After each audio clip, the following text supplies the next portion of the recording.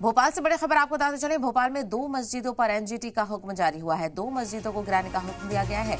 इंतजाम यानी मस्जिदों को गैर कानूनी बताते हुए ये नोटिस जारी किया है। बड़ा तालाब इलाके में बनी है मस्जिदें, दिलकश मस्जिद हटाने का हुक्म दिया गया है, तो वहीं भदभदा मस्जिद हटाने का हुक्म भी दिया गया है। मुस्लिम तंजीमों की तरफ से फैसले की मुखालफत हो रही है, तो अलग अलग जगहों पर इमामबाड़े, मस्जिद, मजार, इन सभी पर बुलडोजर की कार्रवाई की तलवार लटक रही है। तो आपको बता दें, भोपाल में 2 मस्जिदों पर एनजीटी ने नोटिस लगाया है, उसकी तरफ से हुक्म जारी किया गया है और इन मस्जिदों को मुनहदम करने का हुक्म दिया गया है।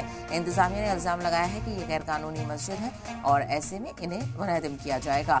तो बड़ा तालाब इलाके में ये मस्जिदें बनी हुई हैं, दिलकश मस्जिद है और भदभदा मस्जिद है, जिन दोनों मस्जिदों को एनजीटी ने हटाने का हुक्म दिया है।